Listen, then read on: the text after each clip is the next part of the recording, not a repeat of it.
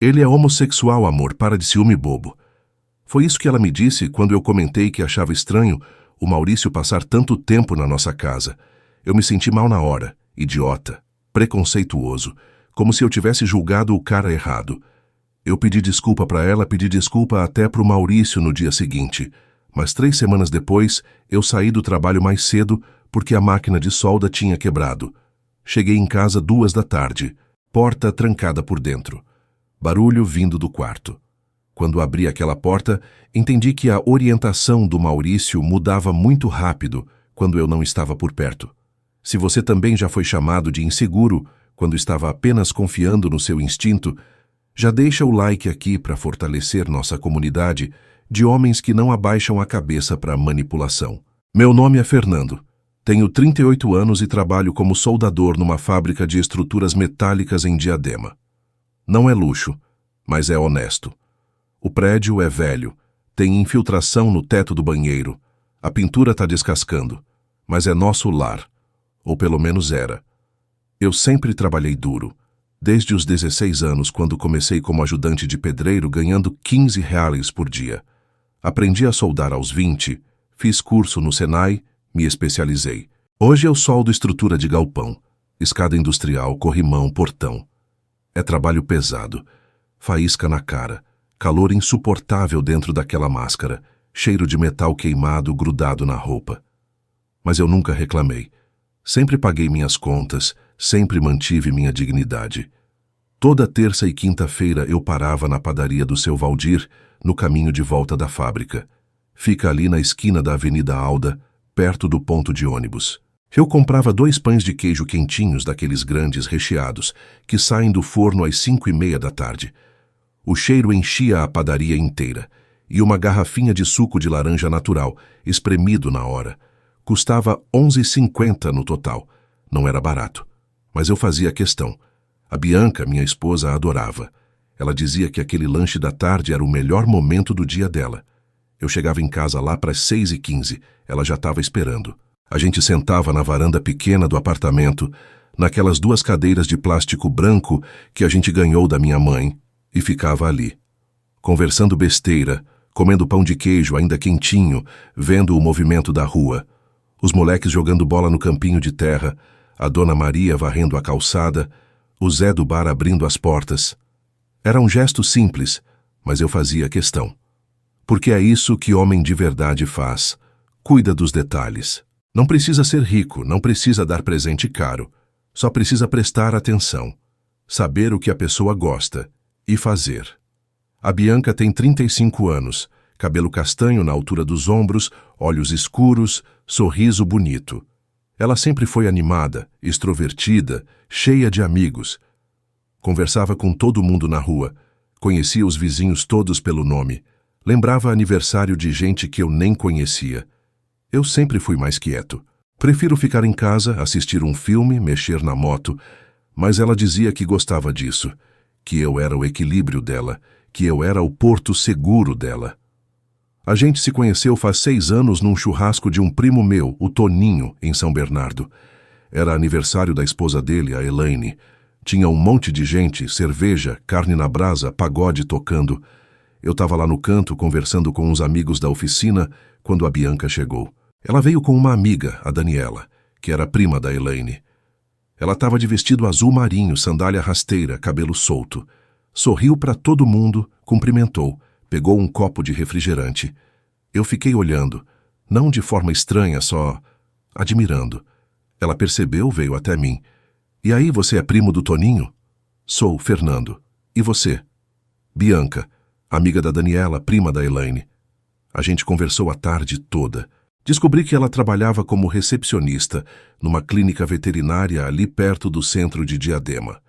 Ganhava $1.800 por mês, morava com a mãe e a irmã mais nova. Sonhava em fazer faculdade de veterinária, mas não tinha dinheiro. Ela era simpática, engraçada, fácil de conversar. No final do churrasco, eu pedi o número dela. A gente começou a conversar pelo WhatsApp, saímos algumas vezes, namoramos 1 ano e meio. Casamos faz 4 anos. Foi uma cerimônia simples no cartório, só com a família próxima. Depois a gente fez um almoço no salão de festas do prédio da minha mãe. Arroz, feijão, farofa, picanha, cerveja. Nada luxuoso, mas foi perfeito. No começo do casamento, tudo funcionava. A gente se entendia. Ela trabalhava de segunda a sexta, das 8 às 5. Eu trabalhava das 7 às 4:30. Quando eu chegava em casa, ela já estava lá. Tinha sempre janta pronta ou a gente pedia alguma coisa. A gente assistia filme junto, conversava sobre o dia, ria de besteira na TV. Eu me sentia em casa. Me sentia respeitado. Me sentia amado. Mas há uns 5 meses, alguma coisa começou a mudar. A Bianca conheceu uma amiga nova, a Jéssica. Ela apareceu do nada na vida da Bianca. Elas se conheceram num curso de fotografia que a Bianca tinha começado a fazer aos sábados de manhã. Curso barato, R$180 por mês, num estúdio pequeno ali no centro. A Bianca sempre gostou de tirar foto, e eu apoiei. Achei legal ela ter um hobby, mas aí a Jéssica entrou na história. Jéssica tem 28 anos, solteira, mora sozinha num apartamento alugado em São Bernardo. Trabalha como social media, freelancer, fica o dia inteiro no computador. Ela é daquelas mulheres que vivem em balada, postando foto em rede social, sempre com roupa chamativa, decote, salto alto, cabelo pintado de loiro platinado, unha grande, postiça, maquiagem carregada. Nada contra, cada um vive como quer. Mas eu percebi logo de cara que ela não era uma boa influência. A primeira vez que a Bianca trouxe a Jéssica em casa, eu estava na sala assistindo o jogo do Corinthians. Era um domingo à tarde. A Bianca entrou com ela, toda animada. Amor, essa é a Jéssica, minha amiga do curso de fotografia. Jéssica me olhou de cima a baixo, deu um sorrisinho meio de canto e estendeu a mão. Oi, Fernando. Prazer. Prazer. Ela tinha um aperto de mão fraco, daqueles que você sente que a pessoa não tá nem aí. Sentou no sofá, cruzou as pernas, pegou o celular e ficou lá, mexendo, mal conversando. A Bianca foi fazer café. Quando ela voltou, as duas foram pro quarto, fecharam a porta e ficaram lá umas 2 horas rindo alto, conversando. Eu achei estranho, mas deixei passar.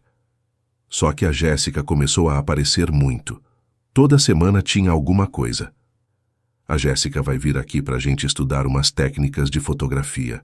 Vou sair com a Jéssica, ela conhece um lugar legal para tirar foto. A Jéssica me convidou para ir num barzinho, só nós duas. E a Bianca começou a mudar. Começou a sair mais. Antes ela só saía comigo ou com a família. Agora era toda semana. Vou encontrar a Jéssica. Vou num barzinho com as meninas. Tem um aniversário da amiga dela. Tudo bem, eu nunca fui de prender ninguém. Nunca fui ciumento doentio. Mas ela começou a chegar tarde, 1 da manhã, 2 da manhã. E sempre com as mesmas desculpas. A gente ficou conversando e perdeu a noção do tempo. Um dia ela chegou 3 da manhã. Eu estava acordado, esperando. Não porque eu era controlador, mas porque eu me preocupava. Quando ela entrou, eu estava sentado no sofá, TV desligada, só o abajur aceso. Bianca, tá tudo bem? Você tá chegando muito tarde ultimamente. Ela bufou. Jogou a bolsa no sofá. Fernando, eu sou adulta. Eu posso chegar na hora que eu quiser. Eu não tô dizendo que você não pode. Só tô preocupado. E é estranho, sabe? Você nunca foi de ficar até tarde assim. As pessoas mudam, Fernando. Ou você quer que eu fique presa aqui dentro de casa igual uma velha? Velha. Ela tinha 35 anos e estava falando como se ficar em casa fosse coisa de velha. Não é isso, Bianca. Eu só acho que você está exagerando. Toda semana você sai e chega de madrugada. Porque eu tenho o direito de me divertir. Eu trabalho a semana inteira, eu mereço relaxar no fim de semana. Mas você pode relaxar sem chegar 3 da manhã. E você bebe demais quando sai com a Jéssica. Isso não é bom. Ela me olhou com raiva. Raiva de verdade. Você não é meu pai, Fernando. Você não manda em mim. Foi a primeira vez que ela falou assim comigo. Como se eu fosse o inimigo. Eu deixei passar. Mas o desconforto ficou. Mas isso era só o começo. 2 semanas depois, a Bianca anunciou que ia fazer aniversário. 32 anos. Ela queria fazer uma festa. Pequena, ela disse. Só as amigas, num barzinho ali perto de casa. O boteco do Nilson na Avenida Fábio Eduardo Ramos. Eu ofereci ajuda para organizar, para pagar parte. Eu tinha 820 sobrando do mês. Podia ajudar com a bebida. Ela dispensou. Não precisa, Fernando. É coisa simples. Só as meninas mesmo. A Jéssica já está organizando tudo. Mas eu não vou? Ela hesitou. Desviou o olhar. Ah, amor, é que vai ser meio chato para você. Vai ter só mulher conversando, fofoca, essas coisas. Você ia ficar entediado. Eu achei estranho, mas aceitei. Afinal, ela tinha direito de ter o espaço dela com as amigas. Não ia ser o cara que proíbe a esposa de comemorar o aniversário. No dia da festa, ela saiu de casa às 8 da noite. Levou quase 2 horas para se arrumar. Unha feita, cabelo escovado, maquiagem pesada, roupa curta, aquele vestido preto justo que ela tinha comprado no mês anterior e eu nem sabia. Salto alto, bolsa pequena de festa. Ela nunca se arrumava assim para mim. Quando a gente saía, ela colocava uma calça jeans e uma blusa básica. Mas para a festa dela, ela estava impecável. Eu comentei. Nossa, você tá linda. Ela mal olhou para mim. Obrigada. Pegou a bolsa, o celular e saiu. Eu fiquei em casa. Esquentei a marmita que tinha sobrado do almoço, sentei no sofá, coloquei um filme do Jason Statham que eu já tinha visto 3 vezes. Tentei dormir lá pelas 11, mas não consegui. Fiquei rolando na cama, olhando para o celular, esperando ela mandar alguma mensagem. Nada. 00:00, nada. 1 da manhã, nada. 2 da manhã. Mandei mensagem. Amor, tá tudo bem? 3 da manhã, sem resposta. 4 da manhã. Eu já estava preocupado de verdade. Pensei em ligar, mas não queria ser o cara chato. O cara controlador. 5 da manhã. Ouvi a chave na porta. Levantei correndo. Fui até a sala. Ela entrou cambaleando. Cabelo bagunçado, maquiagem borrada, cheirando a cigarro e bebida. Ela nunca fumava. Pelo menos era o que ela dizia. Bianca, você bebeu demais? Ela me olhou com os olhos meio fechados. Eu só me diverti, Fernando. Relaxa. Mas 5 da manhã, Bianca, você disse que era uma festa simples. E foi. A gente só ficou conversando. Perdeu a noção do tempo. Você tá cheirando a cigarro. O pessoal fumava. Não significa que eu fumei. Ela passou por mim, foi pro banheiro, tomou banho demorado. Eu fiquei na sala, olhando pro nada, tentando entender o que estava acontecendo. Quando ela saiu do banho, foi direto dormir. Nem me deu boa noite. No dia seguinte, domingo, ela acordou quase 12:00. Levantou com cara de ressaca, foi tomar café. Eu perguntei como tinha sido a festa. Ela deu de ombros. Foi legal, normal. Normal. Festa que vai até 5 da manhã não é normal. Quem foi? Ah, umas 10 meninas. A Jéssica, a Daniela, umas amigas do trabalho. E vocês ficaram lá no bar o tempo todo? Ela me olhou irritada. Fernando, que interrogatório é esse? Eu já te disse que foi legal. Para de ficar me enchendo. Eu deixei passar de novo, porque eu não queria ser o cara chato, o cara controlador, o cara que não deixa a mulher se divertir. O que veio depois foi ainda pior. Naquela semana, a Bianca começou a ficar muito no celular, mais do que o normal. Ela acordava. A primeira coisa que fazia era pegar o celular. No café, no almoço, na janta, sempre mexendo, sempre digitando, sempre sorrindo para a tela. Quem é? Grupo das meninas. Tá rolando alguma coisa engraçada? Ah, é só umas piadas internas. Você não ia entender. Você não ia entender, como se eu fosse burro demais para acompanhar a vida dela. E foi aí que a Bianca me falou do Maurício. Era uma quinta-feira à noite. Eu tinha chegado do trabalho, tomado banho, estava sentado no sofá. Ela chegou animada. Amor, conheci um cara super legal no curso de fotografia, o Maurício. Ele trabalha com design gráfico, é super criativo. A gente vai fazer um projeto junto. Que tipo de projeto? Ah, ensaio fotográfico. Ele vai fazer a edição das fotos, eu vou tirar. Vai ser legal. Legal. Eu tentei soar positivo, mas algo no meu peito apertou. E olha, ele é gay, então não fica com ciúme besta, tá? Ela riu. Eu ri junto. Eu não tenho ciúme besta. Eu sei, só tô avisando.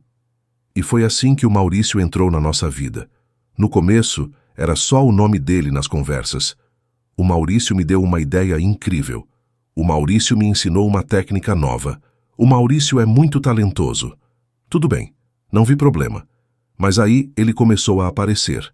A primeira vez foi numa terça-feira. Eu cheguei do trabalho 6h15 da tarde e tinha um cara sentado no sofá da minha sala. Cabelo comprido até o ombro, liso, brilhante. Brinco de argola na orelha esquerda. Camiseta preta de uma banda que eu não conhecia, calça jeans rasgada no joelho. Tênis Vans colorido vermelho e azul. Ele estava mexendo no notebook, fone de ouvido no pescoço. A Bianca estava ao lado dele, olhando a tela, rindo. Amor, esse é o Maurício. Maurício, esse é o Fernando, meu marido. Maurício levantou e estendeu a mão. E aí, Fernando, prazer. Prazer. Ele tinha um aperto de mão firme. Sorriu daquele jeito simpático.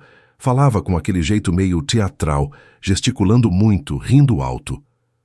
A Bianca fala muito de você. Disse que você é soldador, que trabalho pesado. Não é fácil, mas é honesto. Com certeza, trabalho braçal é muito importante.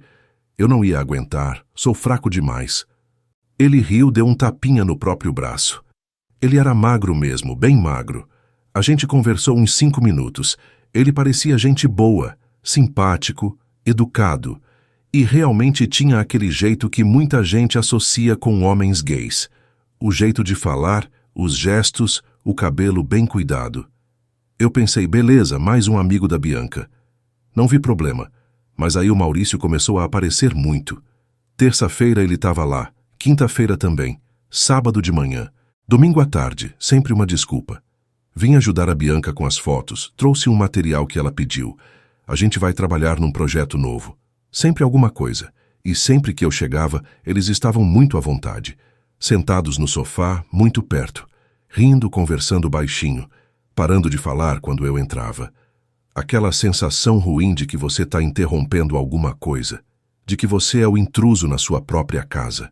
Um dia cheguei do trabalho e eles estavam na cozinha. Bianca fazendo café, Maurício encostado no balcão, falando sobre não sei o quê. Ele tinha a mão no ombro dela. Ela não afastou. Quando eu entrei, os dois ficaram em silêncio. Maurício tirou a mão rápido. E aí, Fernando, beleza? Beleza. Cumprimentei, fui pro quarto, troquei de roupa.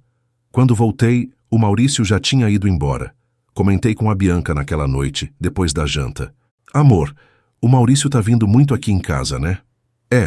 A gente tá trabalhando num projeto grande. Ensaio fotográfico para um cliente dele.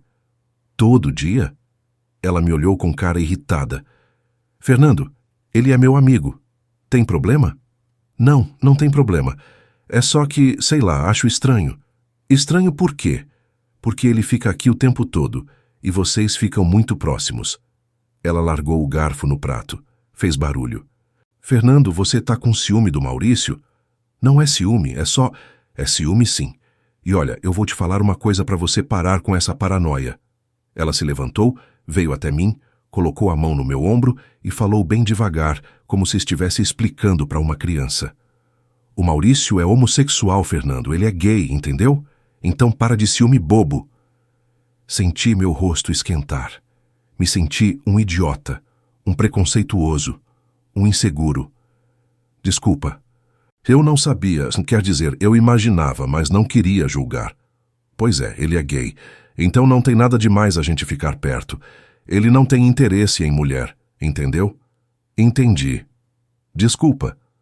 Ela voltou para a cadeira, continuou jantando como se nada tivesse acontecido. Eu fui dormir me sentindo pequeno, culpado, como se eu tivesse sido preconceituoso, inseguro, controlador, mas o pior ainda estava por vir. Nos dias seguintes, o Maurício continuou aparecendo. Mas agora eu me sentia ainda pior quando ficava incomodado, porque na minha cabeça eu era o errado. Eu era o cara que estava tendo preconceito sem motivo. Eu era o inseguro que não aceitava a esposa ter amigos gays. Mas tinha algo que não batia. E eu não conseguia ignorar o jeito que ele olhava para ela. Não era um olhar de amigo. Era um olhar de interesse, de desejo. O jeito que ele encostava a mão no ombro dela, na cintura dela, no joelho dela quando eles sentavam no sofá. O jeito que eles riam baixo, como se tivessem um segredo. Nada daquilo parecia amizade, parecia intimidade. Um dia, eu estava saindo para trabalhar, 7 da manhã. Desci as escadas, cheguei no portão do prédio e percebi que tinha esquecido a carteira. Voltei, subi de novo. Abri a porta do apartamento. A Bianca e o Maurício estavam no sofá, muito perto. As pernas deles encostadas, ele com a mão no joelho dela. Quando eu entrei, eles se afastaram, rápido, mas eu vi. Esqueci minha carteira. A Bianca levantou nervosa. Ah, tá ali na mesa. Peguei e saí. Não falei nada, mas aquela imagem ficou na minha cabeça o dia inteiro. Na fábrica, enquanto eu soldava uma viga de aço, eu pensava naquilo, na mão dele, no joelho dela, no jeito que eles se afastaram quando eu entrei. Como se fossem culpados. Quando voltei do trabalho naquela noite, comentei de novo. Bianca, eu sei que você disse que o Maurício é gay, mas eu acho estranho o jeito que vocês ficam. Ela explodiu. Largou o prato que estava lavando na pia. Não acredito que você está fazendo isso de novo, Fernando. Eu não estou fazendo nada, só... Você tá sim. Eu já te expliquei. Ele é gay. O que você quer? Que eu prove isso para você? Que eu mostre um atestado de homossexualidade? Não. Eu só... Você só está sendo controlador. Inseguro. Eu não aguento mais isso. Você não confia em mim? Eu confio, mas tem algo que não está certo. O que não está certo é você, Fernando. Você está obcecado. Você não me deixa ter amigos. Você fica criando problema onde não tem. Eu só quero entender por que ele fica aqui todo dia, por que vocês ficam tão próximos. Porque a gente é amigo. Amigo fica próximo, amigo conversa, amigo se toca. Isso é normal. Mas... Chega, Fernando. Eu não vou ficar discutindo isso todo dia. Ou você confia em mim, ou a gente não tem mais nada para conversar. Ela foi pro quarto e bateu a porta. Fiquei ali, na sala, sozinho, com o som da TV de fundo que eu nem estava assistindo, me sentindo o pior marido do mundo. Mas no fundo, lá no fundo, algo me dizia que eu não estava errado. E 3 semanas depois eu descobri que meu instinto estava certo o tempo todo. Era uma sexta-feira, dia 23 de agosto. Eu nunca vou esquecer essa data. A gente estava trabalhando na fábrica, soldando estrutura para um galpão industrial em Mauá. Lá para as 2:30 da tarde, a máquina de solda principal deu um estouro. Faísca para todo lado, cheiro de queimado. O supervisor mandou desligar tudo, olhou, viu que ia demorar para consertar, dispensou a gente. Pessoal, por hoje é só. Amanhã a gente recupera. Sai da fábrica às 3 da tarde, muito mais cedo do que o normal. Não avisei a Bianca. Pensei em fazer surpresa. Chegar mais cedo, talvez pedir uma pizza, assistir um filme junto. Fazia tempo que a gente não tinha uma tarde só pra gente. Subi na moto. 20 minutos até em casa. Trânsito tranquilo. Cheguei às 3:20. Subi as escadas do prédio. 3º andar. Coloquei a chave na porta. Trancada por dentro. Estranhei. A Bianca normalmente não trancava por dentro durante o dia. Só à noite, antes de dormir. Girei a chave devagar. A porta abriu, mas teve resistência. Aquela resistência da corrente de segurança. Alguém tinha colocado a corrente. Bianca? Silêncio. Empurrei a porta até onde a corrente deixava. Uns 10 centímetros de abertura. Olhei para dentro. Sala vazia. Bianca? Tô em casa. Nada. Mas não era um silêncio normal. Era aquele silêncio pesado. De quem está escondendo alguma coisa. De quem foi pego de surpresa. Bianca, abre a porta. Ouvi barulho, vindo do quarto, passos rápidos, um murmúrio. Ela sussurrando alguma coisa. Uma voz de homem respondendo baixinho. Meu coração disparou. Bianca, abre essa porta. Mais barulho, pressa, algo caindo no chão, passos mais rápidos. Esperei uns 30 segundos, que pareceram 30 minutos. A corrente foi tirada. A porta abriu. Era ela. Cabelo completamente bagunçado, rosto vermelho, suando, camiseta amarrotada, torta, calça de moletom, pés descalços, respirando rápido. Fernando, que susto! Você não avisou que ia chegar cedo. Eu olhei para ela. Depois olhei por cima do ombro dela. A sala estava normal, mas a porta do quarto estava entreaberta. Quem tá aqui? Ninguém. Bianca, eu ouvi voz de homem. Você ouviu errado. Eu ouvi. E eu sei que tem alguém no quarto. Fernando. Eu entrei. Passei por ela. Fui direto pro quarto. Abri a porta. O quarto estava bagunçado. Cobertor jogado no chão. Lençol puxado, todo amassado. Travesseiro caído. A janela estava aberta. A cortina balançando. E no canto, perto do guarda-roupa, tentando se esconder como se eu fosse cego, o Maurício, sem camisa, só de calça jeans. A calça estava aberta, zíper para baixo, tênis na mão, cabelo bagunçado, suando. Eu olhei para ele. Ele olhou para mim. Por uns 3 segundos, ninguém disse nada. Eu senti uma onda de calor subindo pelo corpo. Raiva, raiva pura. Que palhaçada é essa? A Bianca veio atrás de mim, tentou me segurar. Fernando, calma, eu posso explicar. Explica então. Explica por que tem um homem sem camisa no meu quarto. Explica por que a porta estava trancada. Explica por que você mentiu. Ela começou a gaguejar. A gente só tava tirando umas fotos e... Fotos? Sem camisa? Porta trancada? Cama bagunçada? Que tipo de foto, Bianca? O Maurício saiu de trás do guarda-roupa, colocando a camisa às pressas. Ele estava nervoso, mas tentando manter a cara de pau. Fernando, olha, não é o que você está pensando. Não é o que eu estou pensando? Você está sem camisa no meu quarto, com a minha esposa, porta trancada, cama bagunçada, e não é o que eu estou pensando? A Bianca começou a chorar. Aquele choro falso de quem sabe que foi pego. Fernando, por favor, me deixa explicar. Explica! Você me disse que ele era gay. Você me fez sentir um lixo por ter ciúme. Me chamou de controlador, de inseguro, e o tempo todo vocês estavam me traindo. O Maurício deu um passo para frente, tentando se explicar. Fernando, eu sou bissexual. Não é que eu menti, é que... Eu ri. Ri de raiva. Ri de desespero. Ri porque se eu não risse, eu ia fazer algo que eu ia me arrepender. Bissexual, que conveniente. Sua orientação muda dependendo de quem está em casa, é isso? Não é assim. É exatamente assim. Você é gay quando eu estou em casa, mas vira hétero quando eu saio? Que piada. Ele tentou falar de novo, mas eu já tinha ouvido o suficiente. Sai da minha casa. Agora. Pega suas coisas e sai. Ele pegou a mochila, o notebook, os tênis. Saiu quase correndo, nem olhou para trás. Desceu as escadas e sumiu. Fiquei ali sozinho com a Bianca. Ela chorando, tentando me abraçar, tentando se explicar. Fernando, eu sinto muito. Eu errei. Foi uma vez só, eu juro. Foi a primeira vez. Eu afastei ela com força. Foi uma vez só, mentira. Ele tá aqui todo dia faz meses. Vocês vinham fazendo isso faz tempo. Não, Fernando, eu juro, hoje foi a primeira vez que... Para de mentir. Você mentiu o tempo todo, me fez sentir errado, culpado, inseguro, me chamou de controlador, e o tempo todo era verdade. Fernando, por favor, a gente pode resolver isso. Resolve nada, acabou.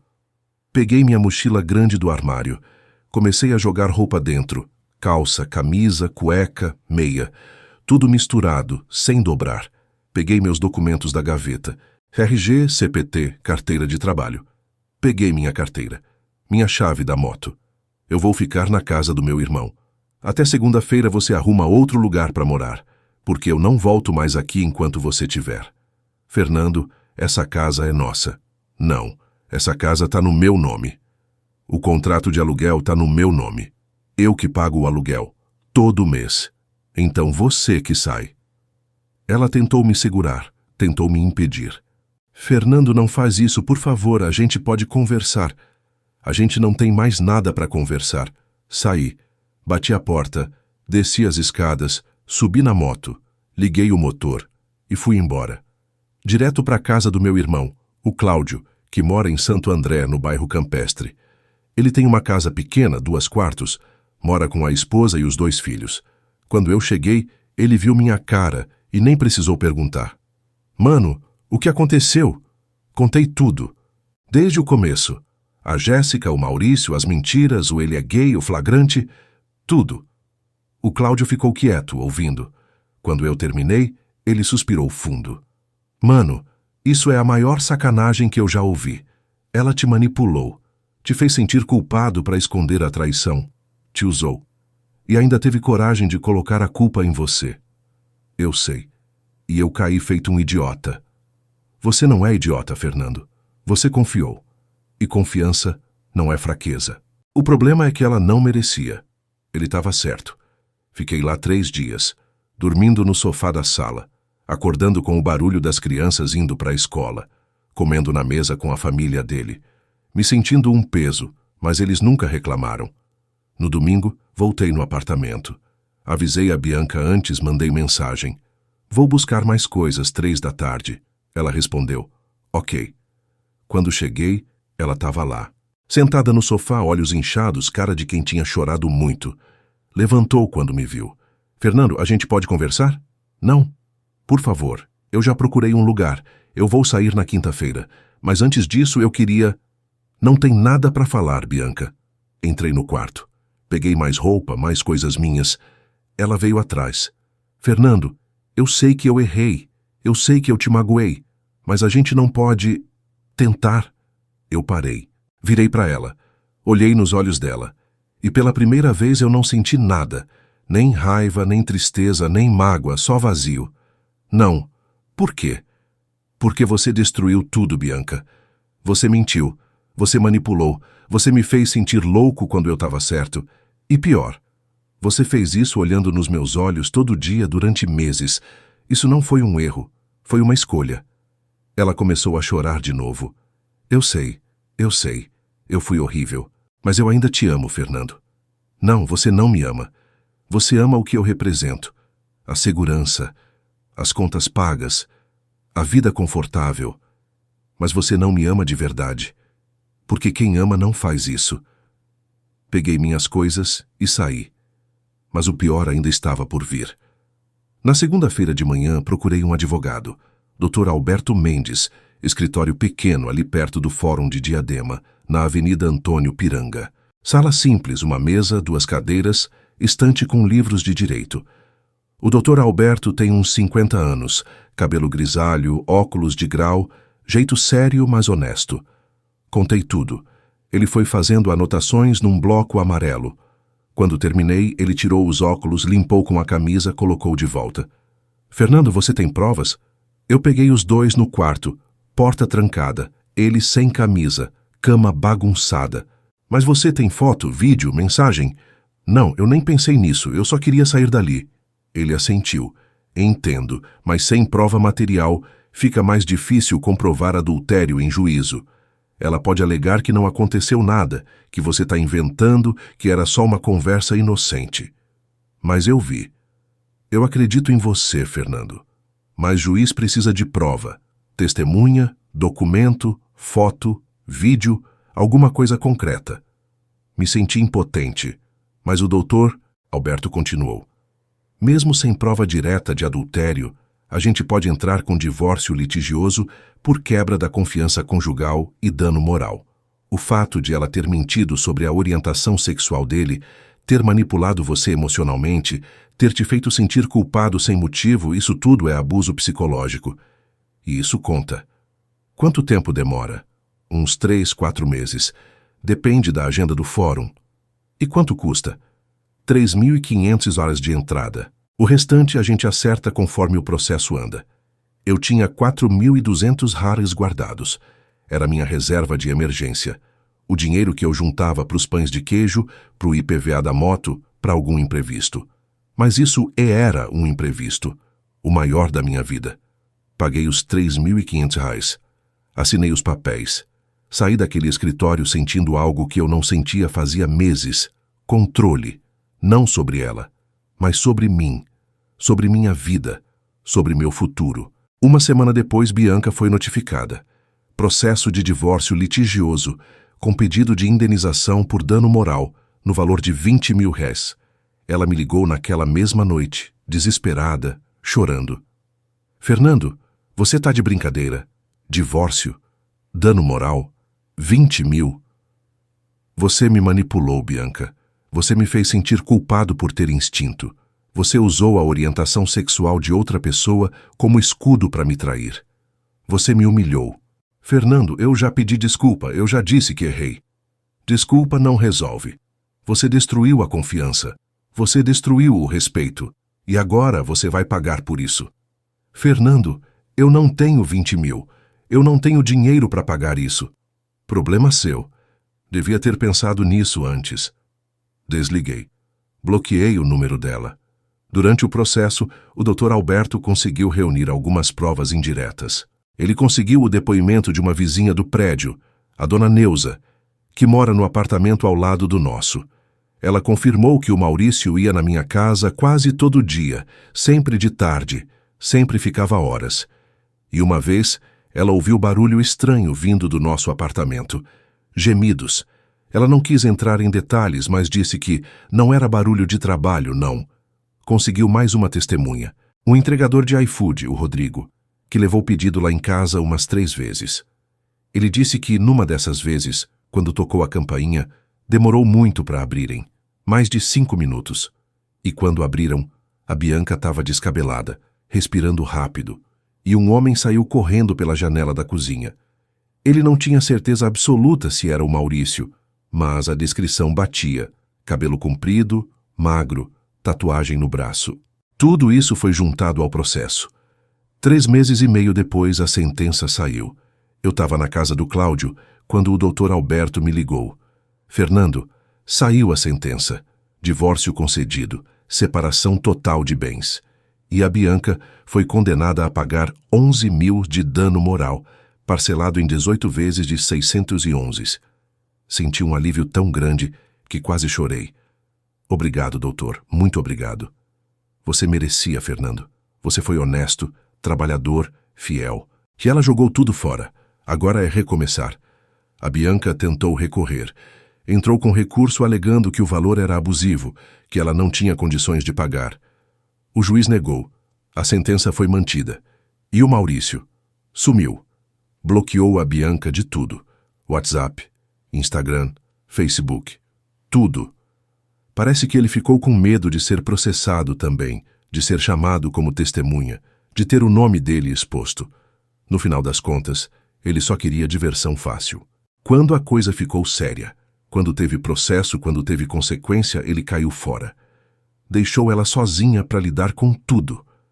Hoje, 10 meses depois do divórcio, eu tô morando sozinho num apartamento menor. Um quarto só, cozinha americana, banheiro pequeno. Aluguel de 980 is. Fica ali no Jardim Canhema, perto da fábrica. Dá para ir a pé quando a moto tá sem gasolina. Não é luxo, mas é meu. É limpo, é organizado e é meu refúgio. Tem dias ruins. Tem noites que eu acordo às 3 da manhã, olho pro lado, vejo a cama vazia e sinto aquele aperto no peito. Não sinto falta dela. Sinto falta da ideia do que a gente era, ou do que eu achava que a gente era. Mas também tem dias bons. Dias que eu acordo, tomo meu café, olho no espelho e penso: eu fiz a coisa certa. Eu me defendi. Eu não aceitei migalhas. E isso vale mais do que qualquer casamento falso. Conheci alguém recentemente. Carla. Ela trabalha na lanchonete perto da fábrica, a lanchonete da Dona Célia, ali na Rua Silvia. Toda segunda e quarta eu paro lá, para tomar um café antes de entrar no trabalho. A gente começou a conversar. Ela é simpática, honesta, direta. Tem 36 anos, é separada. Tem um filho de 12 anos que mora com ela. A gente trocou número. Saiu algumas vezes. Cinema, pizza, caminhada no parque. Nada muito elaborado. Só conversa boa, risada sincera, transparência. Ela me pergunta as coisas. E quando eu pergunto de volta, ela responde. Sem rodeio, sem joguinho. Sem me fazer sentir louco por querer saber. Não sei se vai virar algo sério. Não sei se eu tô pronto para isso ainda. Mas eu sei uma coisa. Dessa vez, se o meu instinto gritar, eu vou escutar. Porque eu aprendi da pior forma possível que instinto não é paranoia. É proteção. No fim, não foi o flagrante que me salvou. Foi a coragem de parar de aceitar ser chamado de inseguro quando eu só estava pedindo verdade. Foi entender que confiança sem transparência não é confiança. É ingenuidade. Foi aprender que respeito não se negocia. Ou a pessoa te respeita, ou você se respeita e vai embora. E eu escolhi me respeitar. Se essa história te mostrou que seu instinto geralmente está certo e que você não deve aceitar ser manipulado emocionalmente, se inscreve no canal agora. Aqui a gente fala a verdade que ninguém tem coragem de dizer. Clica em inscrever-se e te vejo na próxima história.